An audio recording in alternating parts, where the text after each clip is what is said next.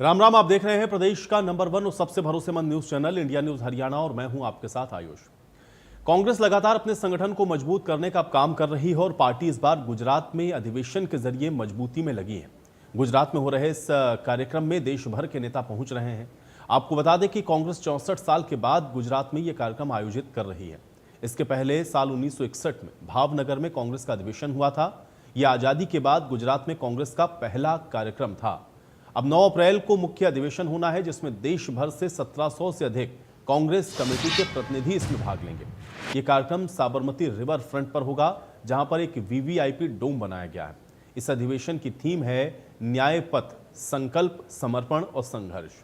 Party के मुताबिक यह अधिवेशन गुजरात में संगठन को मजबूत करने और 2027 के विधानसभा चुनावों के लिए रोड मैप तैयार करने की दिशा में एक बड़ा कदम होगा। इस साल महात्मा गांधी के बतौर कांग्रेस अध्यक्ष 100 साल पूरे होंगे। सरदार वल्लभ भाई पटेल की 150वीं जयंती भी है। दोनों ही महान विभूतियां गुजरात में पैदा हुई और इसलिए कांग्रेस पार्टी यह अधिवेशन गुजरात में कर रही है। पार्टी इस अधिवेशन के जरिए संगठन की मजबूती और भविष्य की रणनीति पर जोर दे रही है।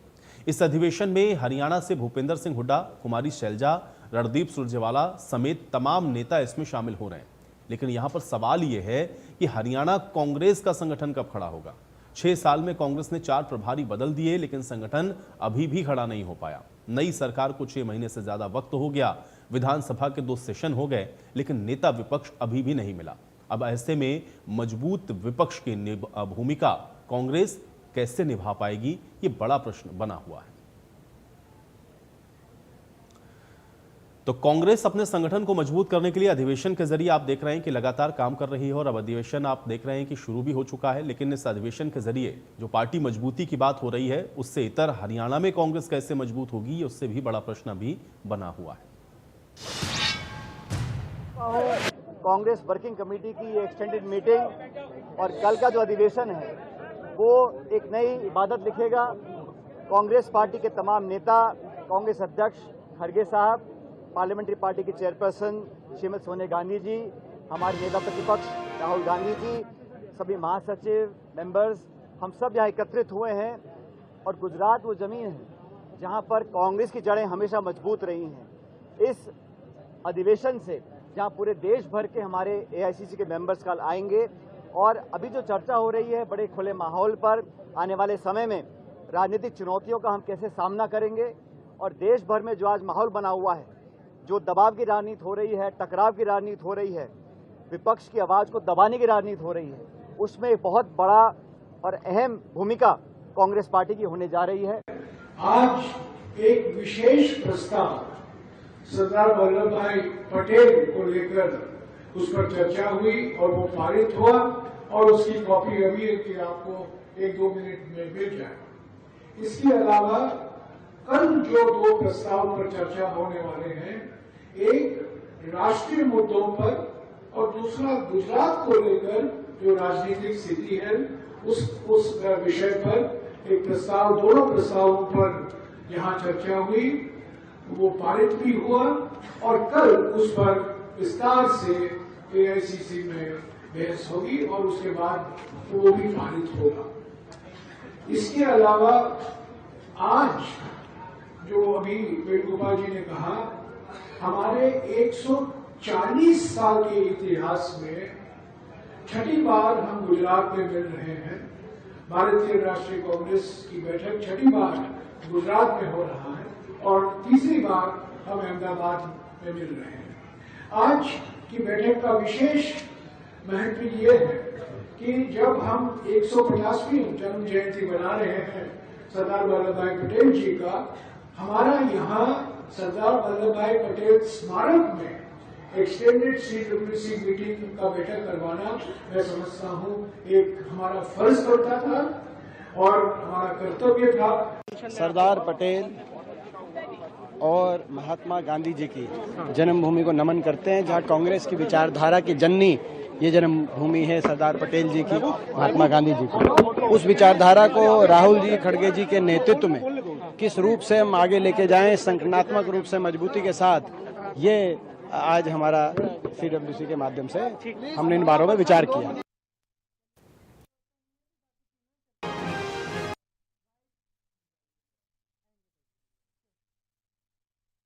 पहला उद्देश्य कांग्रेस पार्टी का है, और क्योंकि अगर आप राष्ट्रीय फलक पर भी देखें तो कांग्रेस मुख्य विपक्षी दल है, नेता प्रतिपक्ष भी कांग्रेस पार्टी का है। लेकिन हरियाणा के परिप्रेक्ष्य में जब ये बातें आती हैं तो फिर ये दिखता है कि अभी यहां पर वैसी परिस्थिति क्यों नजर नहीं आ रही, और कांग्रेस मजबूत होने का जो बात लगातार कह रही है वो हरियाणा में कब कर पाएगी, ये उससे भी बड़ा प्रश्न है। आज इसी पर चर्चा करते हैं। सभी मेहमान है मेरे साथ, पहले उनका परिचय करवा देते हैं, उसके बाद चर्चा में आगे बढ़ेंगे। बजरंग दास गर्ग जी हमारे साथ, कांग्रेस पार्टी के प्रवक्ता है। बजरंग दास गर्ग जी बहुत स्वागत है आपका। रजत पंजेटा जी हमारे साथ, इंडियन नेशनल लोकदल के प्रवक्ता है। रजत पंजेटा जी बहुत स्वागत है आपका। केसी मलकानिया जी हमारे साथ, वरिष्ठ पत्रकार हैं। केसी मलकानिया जी आपका भी बहुत स्वागत है। और थोड़ी देर में नेहा धवन जी भी भारतीय जनता पार्टी की ओर से हमको ज्वाइन करेंगी। गर्ग साहब, आपसे शुरुआत करूंगा क्योंकि मुद्दा भी आज कांग्रेस का ही है, और चूंकि कांग्रेस को मजबूत करने के लिए हम लोग देख रहे हैं कि राष्ट्रीय अधिवेशन एक तो अहमदाबाद में हो रहा है, पूरे देश के अंदर कांग्रेस पार्टी का संगठन कैसे मजबूत हो, कैसे कांग्रेस और मजबूती के साथ चुनावों में जाए, इस सब पर मंथन आप लोग कर रहे हैं। लेकिन जब हरियाणा के परिप्रेक्ष्य में आते हैं तो चीजें बिल्कुल उससे इतर दिखती हैं। अब राष्ट्रीय स्तर पर तो मजबूती की बात आप लोग कर रहे हैं, ये हरियाणा में कब होगा और कैसे होगा, ये बड़ा प्रश्न अभी भी गर्ग साहब बना हुआ है। कैसे देखा जाए इसको? आयुष जी, जो आपने सवाल किया, एक ही बात कहूंगा। आयुष जी, थोड़ी आवाज ठीक करवाना। जी जी, मैं करवा रहा हूं सर, बात रखिए। थोड़ा आवाज बैक। जी जी। कांग्रेस पार्टी लगी हुई है। हमारे राष्ट्रीय अध्यक्ष खड़गे जी, राहुल जी रात दिन ये प्रयास कर रहे हैं कि राष्ट्रीय स्तर के संगठन के साथ साथ हर स्टेट के अंदर हमारा संगठन मजबूती से काम करे। और जहां तक आपने हरियाणा की बात करी, अधिवेशन की बात की, अधिवेशन के अंदर आपके सामने हमारे जितने सीनियर नेता थे, 500 सांसद वहां गए हुए हैं, चौधरी भूपेंद्र सिंह हुड्डा जी भी गए हुए हैं, और हमारे विधायक भी वहां गए हुए हैं अधिवेशन के अंदर।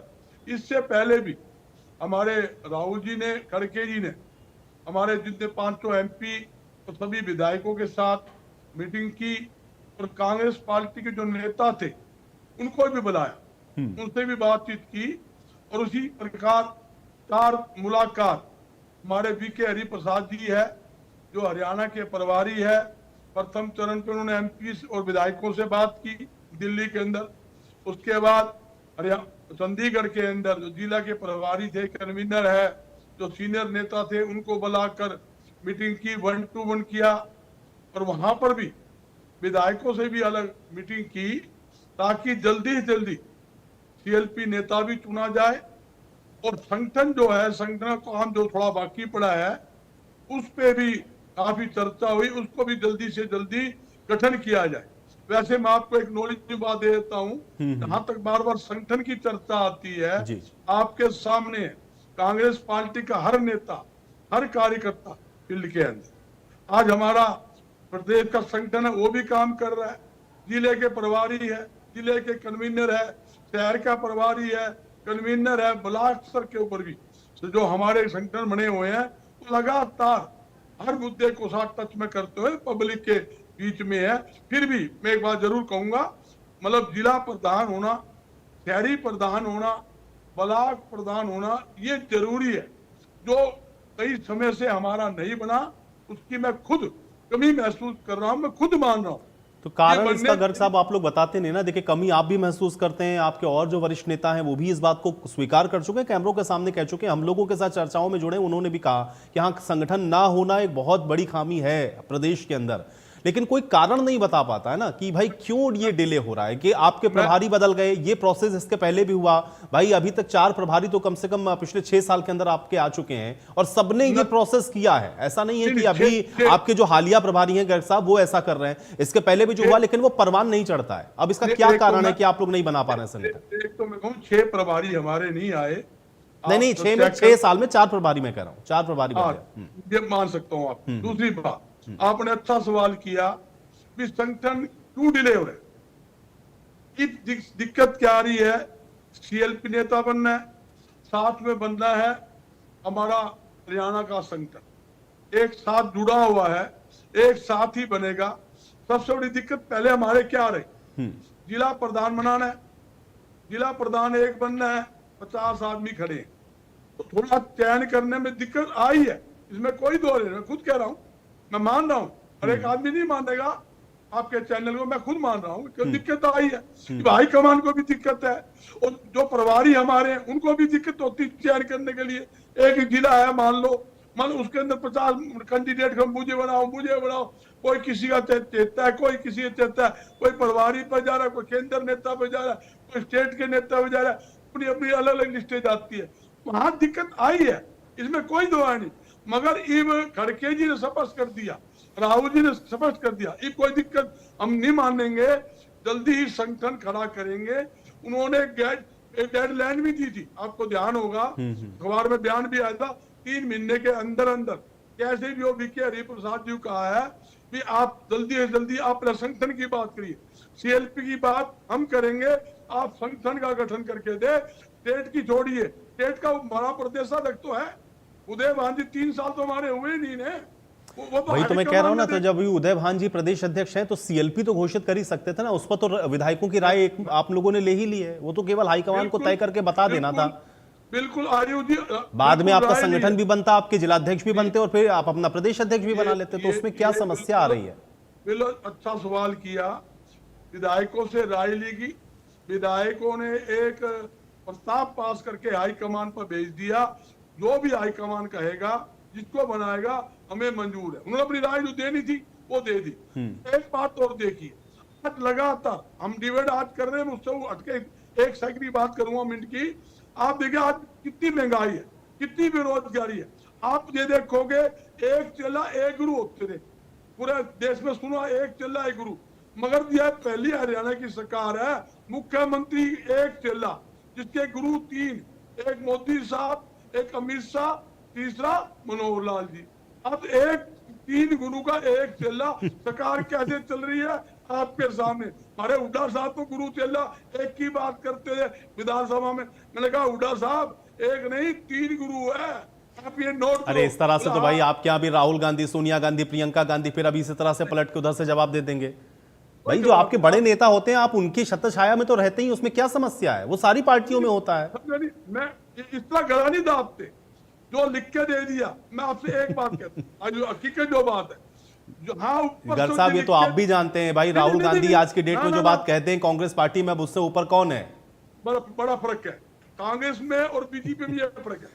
ये फर्क अभी बीजेपी प्रवक्ता भी हमको समझा देंगे, लेकिन प्रैक्टिकल बात करते हैं ना, ठीक है। मैं उस विषय में नहीं जाता हूं, आपकी पार्टियों का अंदरूनी मसला है, लेकिन मैं कह रहा हूं कि इस तरह की टिप्पणी करेंगे तो रिएक्शन ऐसा आएगा। मेरा बेसिक प्रश्न ये था कि भाई सीएलपी तो आप दे सकते थे ना, सीएलपी नहीं दे पा रहे हैं आप, ये तो आपके हाईकमान को तय करना है, विधायकों ने बता दिया है, इसकी अड़चन आप नहीं बता पा रहे हैं। मैं कह रहा हूं प्रदेश अध्यक्ष भी मैं मान लेता हूं, संगठन खड़ा करिए फिर प्रदेश अध्यक्ष बनाएंगे। अभी आपके प्रदेश अध्यक्ष कह रहे हैं कि आप बता रहे हैं कि उनका कार्यकाल भी बचा हुआ, तो ठीक है सीएलपी तो बनाते, बजट सेशन निकल गया बिना सीएलपी के। गर्ग साहब सीएलपी भी आने वाला है, प्रदेशाध्यक्ष तो हमारा ऑलरेडी बना हुआ है, अगर कोई हाईकमान ने कुछ 19 किस करना है तो उनके पास पावर है, वो भी आपके सामने रिजल्ट आ जाएगा। ठीक है चलिए। आपने एक सवाल किया था, आधा मिनट लूंगा, आपने कहा कि ऐसे तो बीजेपी वाले बोल देंगे, आप जैसे बोल रहे, मैं बताना चाहता हूँ कांग्रेस में ऐसा नहीं है जैसे बीजेपी में, बीजेपी वाले ऊपर लिख के भेजते हैं, जिला प्रधान की कोई पावर नहीं है, जो चिट्ठी लिख के दे दी वही गीत गाने हैं,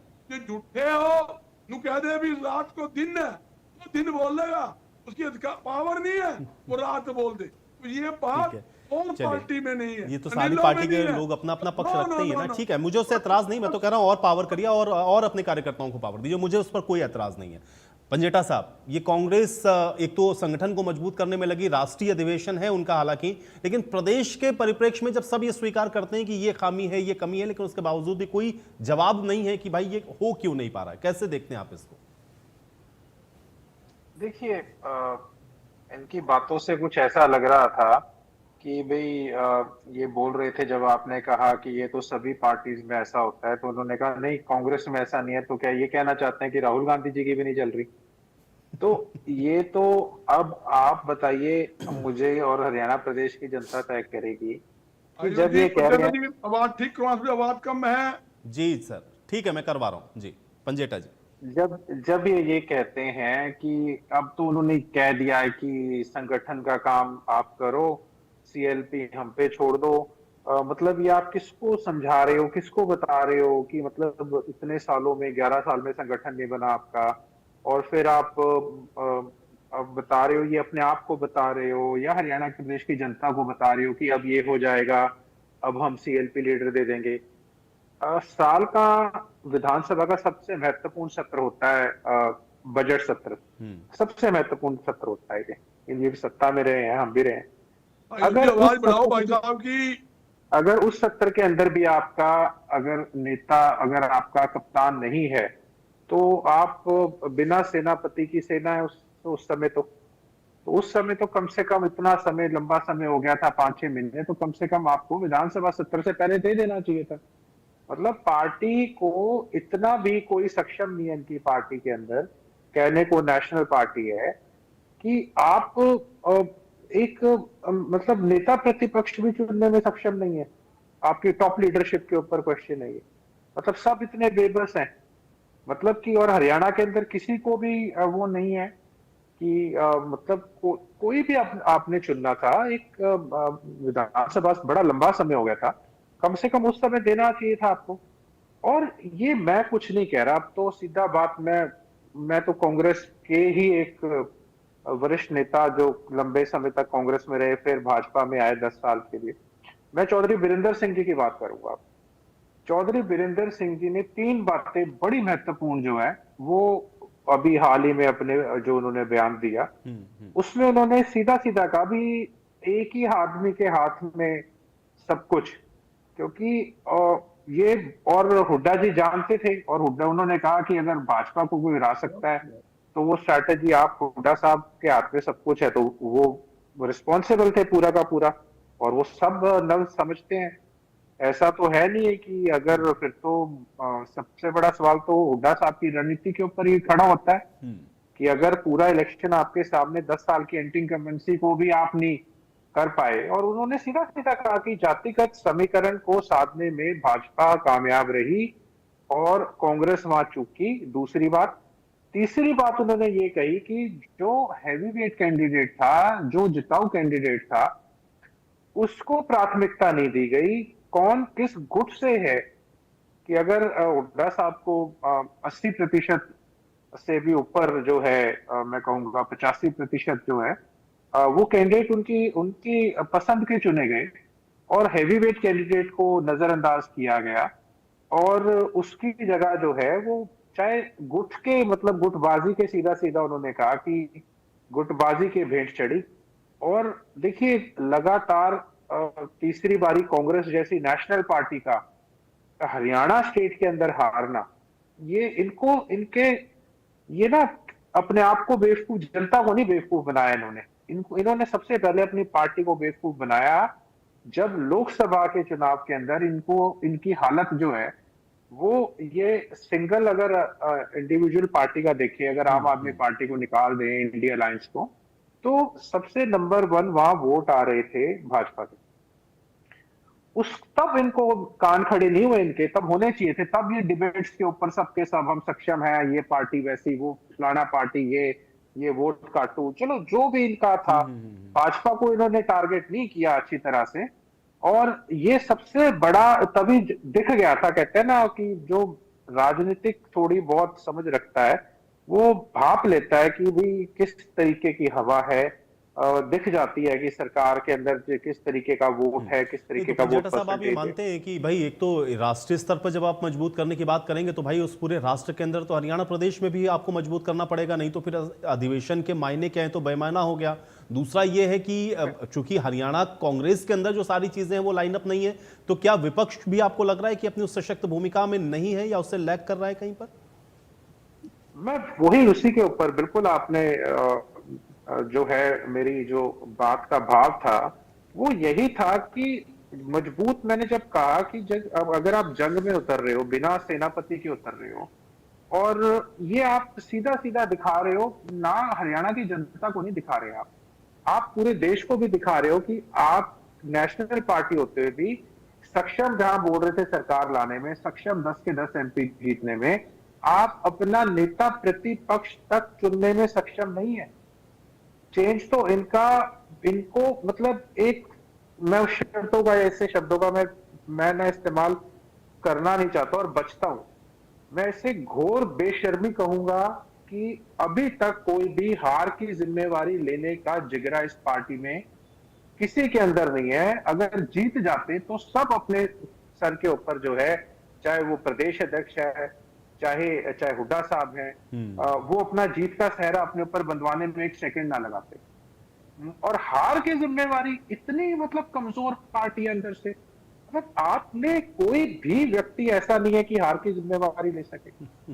बहुत बड़ी बात है ये कि कोई व्यक्ति आया, हाँ जी हम हार की जिम्मेवारी लेते हैं, सारा कारोबार सारा कुछ हमारे कंधों पे था, पार्टी ने हम पे विश्वास करके कि अब हमने हम ये बार बार बयान देते रहे कि हम 10 की 10 तो अब ये तो गर्ग साहब ही बताएंगे भाई हार की जिम्मेदारी किसकी बनती है। बहरहाल नेहा जी मेरे साथ जुड़ चुके हैं, नेहा धवन जी हमारे साथ। नेहा जी बहुत स्वागत आपका। नेहा जी प्रश्न ये है कि एक तरफ तो हम लोग देख रहे हैं कि कांग्रेस मजबूती की बात कर रही है क्योंकि राष्ट्रीय अधिवेशन है उनका अहमदाबाद के अंदर और पूरे देश के अंदर कांग्रेस को कैसे मजबूत करना है इस पर चर्चा है। लेकिन प्रदेश में जब हम लोग आते हैं तो फिर वो चीजें ऐसा लगता है कि अभी या तो संजीदगी नहीं है या चीजें इतना ज्यादा कॉम्प्लिकेटेड है कि हाईकमान भी नहीं सुलझा पा रहा है। कैसे इसको आप देखती हैं? आप सभी को नमस्कार। आयुष जी देखिए बहुत ही गंभीर विषय है ये, क्योंकि जब हम राजनीतिक परिप्रेक्ष्य में हरियाणा की पृष्ठभूमि को देखते हैं और एक ऐसी पार्टी जिस पार्टी का वर्चस्व जो है वो कई वर्षों से, मैं कहूंगी जब से भारत जो है स्वतंत्र हुआ है उसके पहले से वर्चस्व में थी, एक ऐसी पार्टी का ऐसा हश्र मैं देखती हूँ तो मुझे बहुत दुख होता है। हालांकि मैं जो है उनसे विपरीत विचारधारा की पार्टी से संबंध रखती हूँ, लेकिन फिर भी मुझे एक बहुत पीड़ा मेरे मन में होती है कि एक ऐसी राजनीतिक दल का हश्र ऐसा नहीं होना चाहिए जो आज हरियाणा में कांग्रेस का हो रहा है। देखिए पर्सनल स्वार्थ की जो राजनीति हरियाणा कांग्रेस के बड़े नेताओं ने की है, केवल उसी का प्रतिफल है जो आज हरियाणा कांग्रेस का दृश्य हम देख रहे हैं। आपसी फूट, पर्सनल स्वार्थ और एक ऐसी, देखिए जैसे हम भारतीय जनता पार्टी को अपनी मान सम्मान मानते हैं और संगठन को सर्वोपरि रखते हैं, राष्ट्र को सबसे पहले फिर संगठन को, और अपनी बात तो कहीं बाद में जाकर आती है। लेकिन कांग्रेस पार्टी का जो मैं, क्योंकि प्रवक्ता होने के नाते सभी पार्टियों का हम इतिहास भी जानते हैं और उनकी विचारधारा, मूल विचारधारा क्या है उससे भी वाकिफ है। वो समय, वो जमाना बीत गया जब हरियाणा कांग्रेस के कार्यकर्ता भी कांग्रेस को अपनी मां मानते थे। लेकिन आज उसी कांग्रेस पार्टी का जो मैं कहूंगी वही बात है, अभी रजत जी भी कह रहे थे कि मैं इन शब्दों से बचूंगा, लेकिन सही मायने में अपनी मां का गला दबाने का काम जो है वो हरियाणा कांग्रेस के बड़े नेताओं ने अपने स्वार्थ की राजनीति को सिद्ध करने के लिए किया है। बिल्कुल सही बात है ये आयुष जी। देखिए राजनीति में विपक्ष का होना बहुत जरूरी है, हम बहुत लंबे समय तक विपक्ष में रहे हैं और एक अच्छा विपक्ष के नाते अच्छा धर्म एक विपक्ष का क्या होता है वो हमने प्रस्तुत किया है। इसलिए हम जब सरकार में हैं तो हम इस बात से बिल्कुल नहीं घबराते कि हमारे सामने एक अच्छा विपक्ष का विकल्प हो।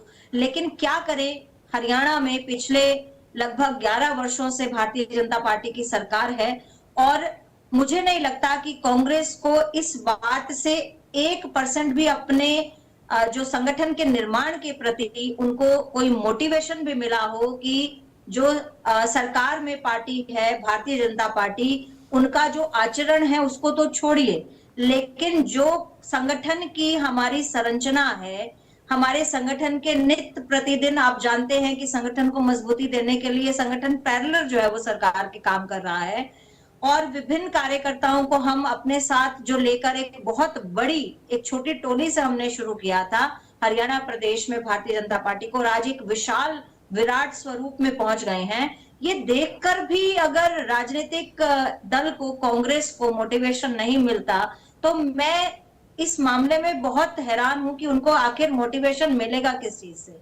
पूरे देश भर में कांग्रेस को आगे बढ़ाने की बात जरूर सोचते होंगे, लेकिन हरियाणा प्रदेश की तरफ बिल्कुल सही बात है कि जो दृष्टिकोण है, चाहे वो केंद्रीय टोली का हो, केंद्रीय नेतृत्व का हो कांग्रेस का, वो बिल्कुल संकीर्ण विचार है, क्योंकि एक व्यक्ति के वर्चस्व से कांग्रेस को वो बाहर नहीं निकाल पाए हैं।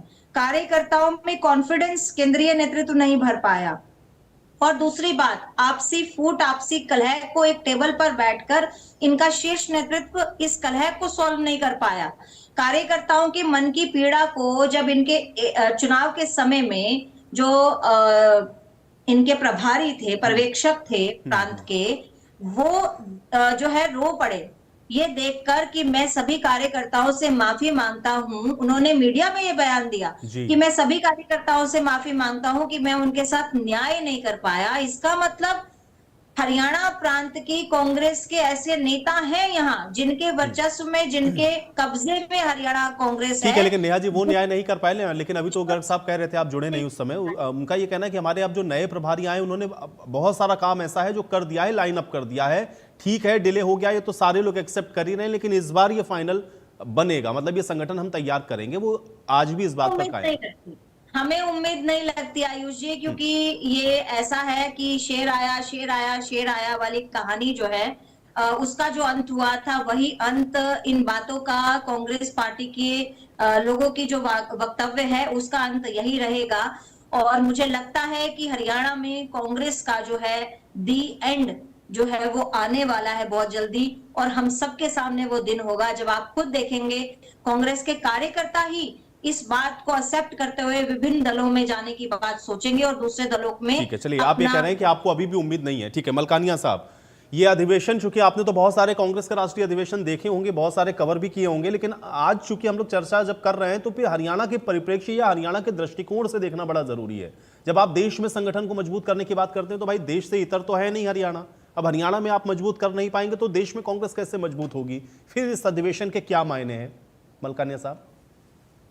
देखो, जब भी कोई अधिवेशन होता है तो उसमें सभी पूरे देश के जो लोग हैं, जितने भी नेता होते हैं कांग्रेस के, सारे जाते हैं, अपने अपने विचार रखते हैं। यहाँ मोहाली है जिसको कामागाटू नगर कहा जाता है, बाद में एसएस नगर कहा गया, और चंडीगढ़ से सड़कें उसी समय बनी जब ज्ञानी जय सिंह मुख्यमंत्री थे और इंदिरा गांधी जी थे, तो यहाँ कांग्रेस का अधिवेशन हुआ था। और उस तरह पूरा जो एक इलाका था उसको पूरा मैदान बनाकर अब ये शहर बसा है मोहाली उसमें, तो यहाँ अधिवेशन हुआ था और संजय गांधी जी भी आए, दूसरे भी आए, तो बड़े बड़े नेताओं ने विचार रखे और उसमें कांग्रेस का संगठन था और कांग्रेस को लोग मानते थे। कांग्रेस स्वतंत्रता से पहले की पार्टी है, राष्ट्रीय पार्टी रही है। पंडित जवाहरलाल नेहरू जी कहते थे कि कांग्रेस का तो टिकट अगर गधे के गले में बांध दोगे तो गधा भी जीत जाएगा, उसमें ऐसे हालात थे।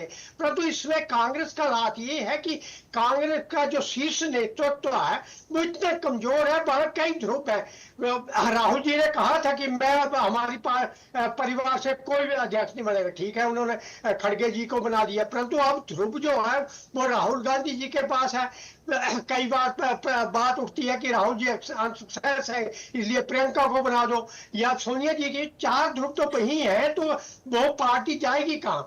और या जब पार्टी सत्ता में थी उस समय भी लोग अपना काम कराने जाते हैं, तो जो भी काम कराने जाता है कांग्रेस के कार्यकर्ता को साथ लेकर जाते हैं। किसी भी नेता के पास जाते कहते कोई कांग्रेस का नेता लाए हो, कौन लाए हो, तो उससे पार्टी संगठन नीचे तक जाता था। अब पार्टी में ये है कि पार्टी में गुटबाजी इतनी है, एक को प्रधान बनाओगे तो दूसरा नाराज हो जाएगा। अगर एक हुड्डा ग्रुप है तो दूसरा शैलजा ग्रुप है, सुरजेवाला ग्रुप है, तो ये गुट जो है इसी कारण जो जिसको नहीं, लेकिन मलकानिया साहब भाई भूपेंद्र हुड्डा जरूरी है या मजबूरी है? मैं तो आप तो खुल के बोल सकते हैं ना भाई, भूपेंद्र हुड्डा जरूरी है या हाईकमान के लिए मजबूरी है? भाई हाईकमान अगर कोई फैसला कर देगा तो उससे इतर क्या कोई कहेगा? भाई इतनी तो कम से कम अभी इकबाल हाईकमान का होगा ही कांग्रेस पार्टी के अंदर, तो मजबूरी है कि जरूरी है भूपेंद्र हुड्डा? क्या समस्या आपको लगता है कि यहाँ पे जो नहीं खड़ा हो पा रहा संगठन? नहीं, हाई कमान जब करेगा, निर्णय करता है, तो उसके साथ साथ वो दूसरे ग्रुप भी राय लेते हैं, और ग्रुप जब विरोध कर देते हैं तो उसके हाई कमान के लिए ये भी परेशानी हो जाती है कि हुड्डा जी को अगर बना दें। अभी 2 सेशन निकल गए, पहले कहते थे कि महाराष्ट्र के चुनाव हो जाएंगे, दिल्ली के हो जाएंगे, या विधानसभा सत्र आएगा तब आएगा, बजट सत्र आएगा तब, परंतु उनके पास ये कठिनाई है कि अगर हुड्डा को या किसी को बना देंगे तो विद्रोह ज्यादा हो जाएगा, पार्टी में फूट बढ़ेगी, और कांग्रेस का हाई कमान इतना मजबूत नहीं है कि कोई विद्रोह करे या उसको खिलाफत करे तो उसको बाहर का रास्ता दिखा दे, क्योंकि कांग्रेस को तो यही डर रहता है कि हम किसी को बना देंगे तो लोग अपने आप छोड़ जाएंगे, दूसरा गुट छोड़ने लग जाए। तो इस बात का डर है कांग्रेस में फूट है। संगठन जब तक नीचे तक नहीं बढ़ता, चुनाव भले ना जिता पा रहे हो, लेकिन भाई ये तो मानना पड़ेगा ना, भूपेंद्र हुड्डा से बड़ा नेता तो कम से कम कांग्रेस का नहीं है प्रदेश के अंदर, ये ये तो सर्वविदित है, इसमें क्या रॉकेट साइंस है? ज्यादातर विधायक हैं उनके साथ में। है। अब हमने विधानसभा सेशन में देख लिया कि हुड्डा ही विपक्ष के नेता के रूप में कार्य करते रहे और जो सत्तारूढ़ पक्ष है वो भी उन्हें नेता, विपक्ष का नेता मानता रहा, पर ऑफिशियली वो नेता नहीं है।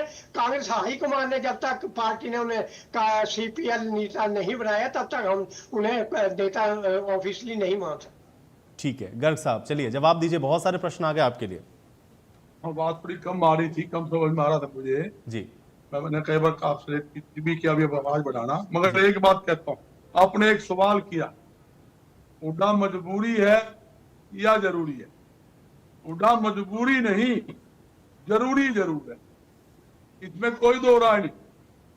सीनियर नेता है, आज भी हरियाणा के अंदर मजबूत पकड़ है, इसमें कोई दो राय नहीं। जहां विधानसभा की बात है, विधानसभा में कोई भी ऐसा मुद्दा नहीं जहां कांग्रेस पार्टी के नेताओं ने टच नहीं किया। ए से लेकर जेड तक हर मुद्दे को उठाने का काम, विधानसभा ही छोड़िए, फील्ड में आप देखोगे हर मुद्दे को, आज अनाज की परचेज है लगातार 1 अप्रैल से। नहीं तो यही तो गर्ग साहब, मैंने ये दूसरा प्रश्न ये भी पूछा कि भाई भूपेंद्र हुड्डा से बड़ा नेता कांग्रेस पार्टी में प्रदेश के अंदर कौन सा है? तो इसमें कोई रॉकेट साइंस तो है नहीं, ज्यादातर लोग उनके समर्थन में, फिर भी CLP नहीं बना पा रहे। फिर प्रश्न ये खड़ा होता है ना, क्योंकि अगर भूपेंद्र हुड्डा ना होते हुए भी उस पद पर अगर वो लीड कर रहे हैं आपके दल को, तो फिर तो भाई उनको ऑफिशियली अनाउंस करने में क्या समस्या है? देखो कोई समस्या नहीं है, मैंने आयुष जी पहले ही बताया। एक्चुअल क्या होता है, इन हालात क्या हो रहे हैं कि प्रदेशाध्यक्ष का मामला आया हुआ है, उसमें कुछ पेच फंसा हुआ है। प्रदेशाध्यक्ष जो ऑलरेडी 3 साल हमारे पूरे नहीं हुए, उदयवान जी वो काम कर रहे हैं। ये क्या है, जिला प्रधान नहीं है, शहरी प्रधान नहीं है, हमारे ब्लॉक प्रधान, उनकी जगह जिले के प्रभारी है, ब्लॉक के प्रभारी है, शहर के प्रभारी है, कन्वीनर बने होंगे। ये पार्टी क्या है, स्टार्टिंग से संगठन खड़ा कर रही है, इसी कारण सोच रही है भी प्रदेशाध्यक्ष का सिस्टम भी एक सिस्टम होता है, भी एक तो प्रदेशाध्यक्ष होता है, एक CLP नेता। थोड़ा सा क्या होता है, जाति का समीकरण भी होता है कि हमें हमेशा हमारा, आपने देखा इससे पहले हमारा अशोक तंवर जी थे, फूलचंद मुलाना जी थे, माइन सेलजा जी थी, आज हमारे आप मान लो उदयवान जी है, लगातार बनते आए हैं। इससे पहले CLP नेता किरण चौधरी भी रही, और नेता भी रहे हैं। आज स्थिति क्या है, जहां संगठन बनाने की बात है, आपने एक बात तो मेरी बहन जी ने भी कहा, संगठन का मुझे कोई उम्मीद नहीं है, इनमें बड़ी भारी फूट है। फूट की बात तो सुन लो, क्या हालात थे जब मनोहर लाल जी को मुख्यमंत्री पद से हटाया गया और सैनी साहब को बनाया गया, तो घोषणा करने की जुम्मेवारी उनको दे दी। खड़े टाइम अनिल विज जी बोलेंगे, अनिल विज जी मीटिंग छोड़ के भाग गए और पीछे पीछे विधायक क्या है, अनिल विज मैं घोषणा नहीं करता, मैं नहीं मानता, ये जूनियर आदमी है, मैं सीनियर हूँ। ये तो सारा चैनल ने दिखाया आपके सामने। इसको यही तो बता रही थी नेहा जी की बात को आपने ध्यान से सुना नहीं। उन्होंने कहा कि संगठन ही उनकी बैकबोन है, कोई व्यक्ति विशेष बड़ा नहीं है पार्टी के अंदर उनके यहाँ। अगर किसी ने विरोध किया भी तो मुझे एक बात बताइए ना, किस पार्टी में विरोध नहीं होता भाई? आपके बड़े नेता भी तो इस तरह के स्टेटमेंट देते ही हैं। अभी वीरेंद्र जी को कोट कर रहे थे रजत पंजेटा जी, वीरेंद्र जी ने क्या क्या बातें नहीं करी, वीरेंद्र जी को छोड़िए, कैप्टन अजय यादव ने क्या क्या बातें नहीं कही। मैं कहा, खूब कहा, हम मानते हैं, हम तैयारी करते हैं, लेकिन फिर भी आप देखिए ना सिर्फ नायब सैनिक को उन्होंने एक्सेप्ट किया, बल्कि आज उन्हीं के अंडर में वो कैबिनेट मिनिस्टर हैं। तो ये फर्क होता है, वो यही समझा रही थी आपको। आज तो सुन लो, तो हुड्डा साहब मुख्यमंत्री बने 2005 में, विरोध किया, जो विरोध करने वाले उनके नीचे 10 साल काम नहीं किया, सारे मंत्री नहीं थे। आज क्यों नहीं हो पा रहा, यही तो समझाना है आपको। और आज तो छोड़िए भाई, 2 दशक होने को आ गए, आपका संगठन नहीं खड़ा हुआ। गर्ग साहब डिसिप्लिन की बात करते हो, तो अनिल विज जी वही था ना जिसने प्रदेश अध्यक्ष से इस्तीफा मांगा था, तुरंत एक बार नहीं 10 बार इस्तीफा मांगा। ये डिसिप्लिन होता है क्या? पार्टी प्लेटफॉर्म पर करते, फिर तो मैं मानता कि डिसिप्लिन था। मगर हमारे कांग्रेस में एक सिस्टम है, हम गला नहीं घोटते, हर एक व्यक्ति को अपनी बात कहने का अधिकार देते हैं। ऐसे थोड़ी है किसी के भी वहां भी कहां गला घोटा गया भाई? यहां भी अगर मान लिया, मुझे एक बात बताइए, मैं आपकी बात से ही आपको काउंटर करता हूं, वीरेंद्र चौहान जी ने कहा कि किसी को जिम्मेदारी ले लेनी चाहिए। इशारा तो उनका बड़ा क्लियर था, या भूपेंद्र हुड्डा के ही ऊपर था उनका कि भाई उनको जिम्मेदारी लेनी चाहिए, वो ना ले तो उदय भान जिम्मेदारी ले, पद से त्याग पत्र दे दे। क्या हुआ ऐसा? आप मुझे बताइए, क्या ऐसा हो गया? जिम्मेदारी ले ली और किसी ने त्याग पत्र दिया क्या? बताइए मुझे। मैं कहूँ जुम्मेदारी लेनी चाहिए ना, जो लोग हारा। मैं ये कह रहा हूं, जो बात उनको कहनी थी उन्होंने मीडिया प्लेटफॉर्म पे ही तो कही ना, पार्टी प्लेटफॉर्म पे तो कही नहीं। आप ये कह रहे हैं ना कि कहीं और बोलते, मीडिया में क्यों बोला? आपके नेताओं ने भी एकदम एग्जैक्टली यही सारी बातें कही, लेकिन उसमें क्या हुआ? उधर भी जो दिक्कत थी उन्होंने बोल दिया करके। मेरी बात सुन लो एक बार, मैंने इनकार नहीं किया, ये बात हमारे रजत जी ने भी कहा। मैं ये कहना चाहता हूं, तो गला तो कहीं भी नहीं घोटा गया ना गर्ग साहब, ना उधर गला घोटा किसी ने, ना इधर गला घोटा किसी ने। जिसको जो कहना है वो कही रहा है। मैं रजत जी ने जो बात कही, मैं एक बात रजत जी से कहना चाहता हूँ, इनके 2 विधायक, इन्होंने राष्ट्रीय पार्टी बना रखी, अच्छी बात है, अंतरराष्ट्रीय बना, हमें खुशी, हमारे साथी है, हमें कोई तकलीफ नहीं। मगर जिसका राष्ट्रीय अध्यक्ष अपने विधानसभा हल्के से ही हार जाए, आप सोच सकते हो पार्टी वाला है? आप हरियाणा के कहीं जगह जाकर देख लो ना क्या हालात है। राष्ट्रीय अध्यक्ष मैं कहना नहीं चाहता, मगर देखो जहां जो चीज होती है ना उसको मानना चाहिए। कांग्रेस पार्टी बिल्कुल राष्ट्रीय पार्टी है। कांग्रेस पार्टी इतिहास आजादी के समय का है। देश को आपका प्रदेश अध्यक्ष जीत गया क्या? हमारा नहीं जीता, मुखिया प्रदेश का जो अध्यक्ष है वो आपका चुनाव लड़ रहा था, वो जीत गया। हमने कहा था क्या हमारा राष्ट्रीय अध्यक्ष हो, हम तो प्रदेश कौन है? भूपेंद्र सिंह हुड्डा जीते नहीं, ऐसा मुझे बताइए गर्ग साहब, जब आप ये मान रहे हैं, चलिए ठीक है छोड़िए, वो तो बात पुरानी बात हो गई। मुझे बताइए, जब आप सब मान रहे हैं तो भाई भूपेंद्र हुड्डा के नाम को अनाउंस करने में क्या समस्या? कोई समस्या नहीं है, कुछ तो है गर्ग साहब, आप बता नहीं रहे। सुनो, आपका चैनल में सबसे पहले खबर आएगी, सबसे पहले पट्टी आप ही चलाओगे, सीएलपी की भी, प्रदेशाध्यक्ष की भी, जिले प्रभारी, जिले। लेकिन हम तो इंतजार ही कर रहे हैं ना गर्ग साहब इतने समय से। सुनो, आपका भी सहयोग चाहिए हर काम के अंदर, मीडिया का भी बड़ा भारी सहयोग होना चाहिए, होता है भी। मगर एक बात और कहता हूँ, जहाँ हमारी बहन जी बार बार कांग्रेस पार्टी के बारे में बोलती, मैं ये पूछना चाहता हूँ, बहन जी तू तो बता दे कि बहन जी आज मुख्यमंत्री हमारे सैनी साहब है, हम तो मानते हमारे मुख्यमंत्री है, तू पूछे इनके ऊपर 3 गुरु छोड़ दिए हैं। अल्लाह का गुरु एक होता है, 3 गुरु है, ऊपर एक गुरु लिख देता है, उसको पढ़ेगा। नहीं, ये तो ईमानदारी वाली बात नहीं है गर्ग साहब। ऐसे तो आपके भी बहुत सारे गुरु हो जाएंगे, फिर उसी विषय पर चले जाएंगे ना। ना तो आप सोनिया गांधी की बात को नकार पाएंगे, ना आप राहुल गांधी की बात को नकार पाएंगे, ना भूपेंद्र हुड्डा की बात को आप नकार पाएंगे। और भी गिना दूंगा मैं 1-2 नाम बीच के। मुख्यमंत्री की घोषणा सुन लो आप, ठीक है। 10 दिन पहले मुख्यमंत्री, अरे ठीक है, अभी वो तो आपकी सरकार आई नहीं ना, सरकार आ जाती तब भी यही अक्षर प्रश्न होता। ठीक है, आधा मिनट सुन तो लो। मुख्यमंत्री सैनी साहब ने 10 दिन पहले महाराज जी बैठे से पूछे ना, घोषणा करी 48 घंटे के अंदर अनाज खरीद का भुगतान करेंगे, कर रहे हैं। 20 दिन तो अपने सरसों तक तो खरीदी नहीं। ठीक है, चलिए आप फसल खरीदी पे चले गए, ठीक है, ये अच्छा विषय है, इस पर हम लोग जरूर चर्चा करेंगे। 1 मिनट पंजेटा जी, तो आपको बताना चाहता हूँ,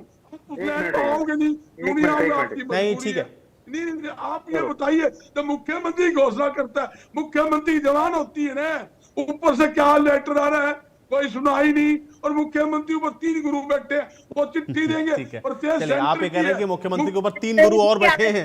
ठीक है, 1 मिनट, इसका जवाब तो नेहा जी देंगे, मैं पंजेटा जी का रुक कर रहा हूं। ठीक है गर्ग साहब, आपकी बात आ गई, नेहा जी ने सुन लिया, नेहा जी उसका जवाब देंगी। पंजेटा जी बड़ा थोड़ा समय लेके कुछ 3 बातें यहाँ हुई हैं, उनके ऊपर बड़ा संक्षेप में मैं अपनी बात रखूंगा।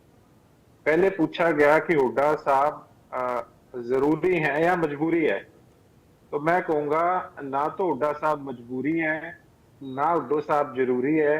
मेरा भी यही उत्तर है, कमजोरी है, कोई ना कोई कमजोरी है। उसके बाद आपने ये कहा कि कांग्रेस में हुड्डा साहब से बड़ा कोई नेता नहीं है।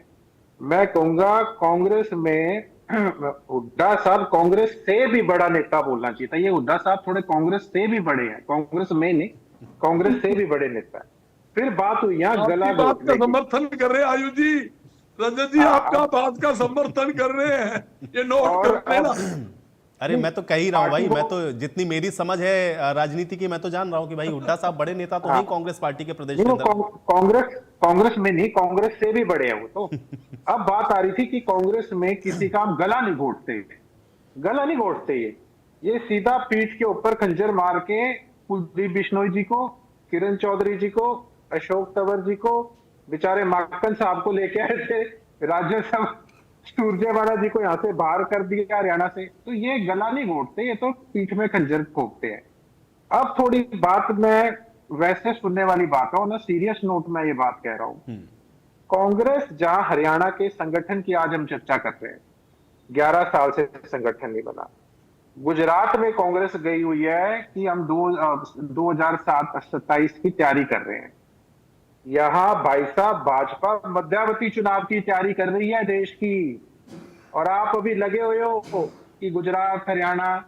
कुछ आप अपनी सोच बड़ी रखिए, तैयारी रखिए, आपके पैरों से कब जमीन खिसक जाए और आपको पता भी ना चले। तीसरा एक बड़ा महत्वपूर्ण बात, मैं सिर्फ एक बात थोड़ा आउट ऑफ कंटेक्स्ट है लेकिन बहुत जरूरी, ये कह के अपनी बात को विराम दूंगा कि पूरे देश में, क्योंकि अभी चर्चा चल रही थी प्रधानमंत्री आएंगे 14 तारीख को आएंगे, चलो जब होगा तब होगा। अगर आप आज नक्शा उठा के देख लें आयुष जी, पूरे देश में ऐसा कोई भी स्टेट बल्कि यूनियन टेरिटरी कि जिसके पास अपना एयरपोर्ट ना हो। क्या हमें 2025 अप्रैल 14 तक की हमें क्या दोनों पार्टियों ने इंतजार करा के क्या अचीव किया, मुझे ये बताइए। आज हरियाणा का अभी कोई गूगल करो, नेट पे उठाओ, सिर्फ पूरे देश में हरियाणा ऐसा स्टेट है जिसके पास, और हमारे पड़ोसियों के पास तो 2-2 3-3 है। आसपास उठा के देख लो, राजस्थान देख लो, पंजाब देख लो, है चाहे हिमाचल देख लो, चाहे कुल्लू में होगा, चाहे शिमला में होगा, और भी एक जगह है। तो मतलब पहाड़ी वो है, और तब भी मतलब बड़े शर्म की बात है कि ये दोनों ने इतने साल राज किया है, 10-10 साल टर्म कर सेंटर में भी, और अब ये तीसरी टर्म बीजेपी की, और अब जाकर आज से 5-6 दिन बाद कहीं नक्शे में हरियाणा को हम देखेंगे। ये वो बड़ा, और जब कहीं बढ़ाने का नाम आता है, जब से मैं कहता हूं ये ट्रिपल इंजन की सरकार आई है, क्या चीज ऐसी है, टोल टैक्स से लेकर शुरू होते हो कर लो, गैस ले लो 50 रुपए, डीजल पेट्रोल है, सिलेंडर, हर चीज, टैक्सेस, क्या चीज है, ठीक है, जीएसटी की दरें, क्या चीज है। ठीक है, चलिए मुझे लगता है कि थोड़ा सा विषयांतर हो जाएगा, लेकिन ठीक है, मुझे लगता है विपक्ष मजबूत हो तो ये चीजें और बेहतर तरीके से उठ सकती है। नेहा जी, 10 सेकंड का एक जवाब देना चाहता हूँ हल्का सा। मेरे साथी ने एक बात कही कांग्रेस के संगठन के ऊपर, कांग्रेस का संगठन नहीं था, राष्ट्रीय अध्यक्ष कांग्रेस पार्टी के साथ समझौता करने के लिए क्यों तो तैयार था। कई बार गए खड़गे जी के पास, हम समझौता करने के लिए हरियाणा विधानसभा में तैयार है। कांग्रेस संगठन दिखा, कांग्रेस मजबूती दिखी, तभी तो आप गए ना। नहीं, ठीक बात है। देखिए, संगठन ना होना और गठबंधन करना दोनों अलग अलग विषय है ना। ऐसे तो आप गर्ग साहब ये भी तर्क दे सकते हैं ना कि भाई हमारे पास संगठन नहीं था लेकिन हम फिर भी 37 सीटें तो जीत ही गए। तो ये एक अलग विषय है, लेकिन संगठन ना होना ये आपके लिए बहुत जरूरी और ये आपकी हार का कारण बना है। ठीक है नेहा जी, जरूरी है, इसमें कोई दो राय, समर्थन करता हूँ, जरूरी है, हार का कारण भी रहा है। ये मैं बिल्कुल आपका बात का समर्थन आयोजित करता हूँ आपके चैनल, कोई दिक्कत नहीं मानते। ठीक है, चलिए अभी नेहा जी, प्रदेश के लिए गर्ग साहब कई बार प्रदेश हित के लिए अपना स्वास्थ्य, ठीक है, इसीलिए पंजेटा जी मैंने बोला, देखिए वो गठबंधन होना है वो एक अलग विषय है ना, वो एक अलग चीज है, संगठन होना वो दूसरा विषय है। नेहा जी देखिए आयुष जी, मुझे आज भी मैं तो बहुत हैरान होती हूँ इस विषय पर कि बजरंग दास जी जैसे बहुत समझदार नेता भी मानूंगी मैं तो उनको, और प्रवक्ता भी हैं, अगर आप जैसे कार्यकर्ता भी कांग्रेस पार्टी के लिए, उसको मजबूती के लिए विचार नहीं रख रहे हैं तो कौन व्यक्ति कांग्रेस की मजबूती के लिए सोचेगा। खैर वो चिंता का मेरा विषय नहीं है, मैं पता नहीं क्यों इतने ज्यादा चिंतन कर रही हूँ कांग्रेस की केस को ज्यादा मजबूत करने के लिए। हमारी बहन है भाई, छोटी बहन की चिंता कर रही है, छोटी बहन तो चिंता करेगी भी। आपकी चिंता तो मुझे रहती है भाई साहब, क्योंकि आप तो बड़े भाई हैं और मेरा आपसे वैसे भी स्नेह रहता है। आपकी चिंता है, इसीलिए कहती हूँ कि आप जैसे व्यक्ति जो चिंतन कर सकते हैं उन व्यक्तियों को कांग्रेस की मजबूती के लिए तो जरूर बोलना चाहिए। यहाँ आपकी क्या मजबूरी है कि आप हुड्डा साहब के झंडे गाड़ते रहते हैं मीडिया में बैठकर केवल, क्या आपने कहा मजबूरी भी नहीं है और जरूरी है हुड्डा साहब, लेकिन मैं रजत जी की बात से बिल्कुल सहमत हूं। भूपेंद्र सिंह हुड्डा जी आज के सिनेरियो में कांग्रेस पार्टी हरियाणा के लिए ना तो वो मजबूरी है, मतलब वो मजबूरी नहीं है, और ना ही वो जरूरी है। और कमजोरी जो उन्होंने शब्द ऐड किया रजत जी ने, उनसे भी मैं बिल्कुल सहमत हूं। क्या यहाँ पर कुमारी शैलजा बुलाते हैं हुड्डा साहब, आ जाओ चाय पियेंगे, जरूरी सामने ही है। कांग्रेस के लिए हुड्डा साहब आ जाइए, कहाँ रहते हो, चाय पियेंगे। ये प्यार देखो ना आप, जब नेता नहीं होता सीनियर है तो कोई प्रधानमंत्री बुलाता क्या छोटी बहन। ठीक है गर्ग साहब, एक मिनट सुन लीजिए। हाँ एक मिनट, मैं आपका ध्यान एक बात पर ले जाना चाहूंगी आयुष जी, कि आज कार्यकर्ता का, मैं सही कह रही हूं ये बात, कार्यकर्ता के मन की बात को सुनने वाला कोई व्यक्ति नहीं है। जो व्यक्ति निष्पक्ष रूप से कांग्रेस पार्टी के साथ जुड़ा है, किसी व्यक्ति के साथ नहीं जुड़ा, किसी नेता के साथ नहीं जुड़ा, जो कांग्रेस पार्टी की विचारधारा के साथ जुड़ा था, उस व्यक्ति के मन की बात को सुनने वाला कोई व्यक्ति नहीं है, उसकी हाल को जांचने वाला कोई व्यक्ति नहीं है। तो सही मायने में ये कार्यकर्ता की आत्मा का जो है, आत्मा की मृत्यु हो चुकी है। और अब मैं एक बात बताऊंगी आपको, खाली ये इल्जाम लगा रहे हैं अधिवेशन में क्या चल रहा है। राहुल गांधी जी या खड़गे जी अधिवेशन में कार्यकर्ता निर्माण की तो बात ही नहीं कर रहे हैं। उनका ध्यान आज भी उन्हीं छोटी बातों में है। खड़गे जी का बयान आता है कि भाजपा ने चश्मा और डंडा महात्मा गांधी जी का चोरी कर लिया, विचारधारा हमारा पास है। क्या खोखली विचारधारा है? आज सही मायने में महात्मा गांधी जी की विचारधारा को गांव के की बात की, और चाहे स्वच्छता की बात थी, वो सारी विचारधारा भारतीय जनता पार्टी उसको फॉलो कर रही है।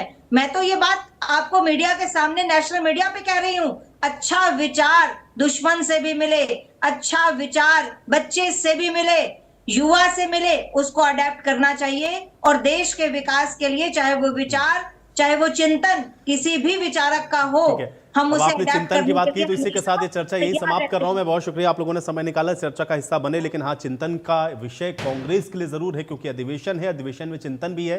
लेकिन हरियाणा का चिंतन कब होगा, ये प्रश्न यक्ष प्रश्न की तरह कांग्रेस हरियाणा के लिए खड़ा हुआ है। और अब देखना यह है कि इसका समाधान कांग्रेस पार्टी कैसे निकालती है। आज बड़ी बहस में मेरे साथ फिलहाल इतना ही।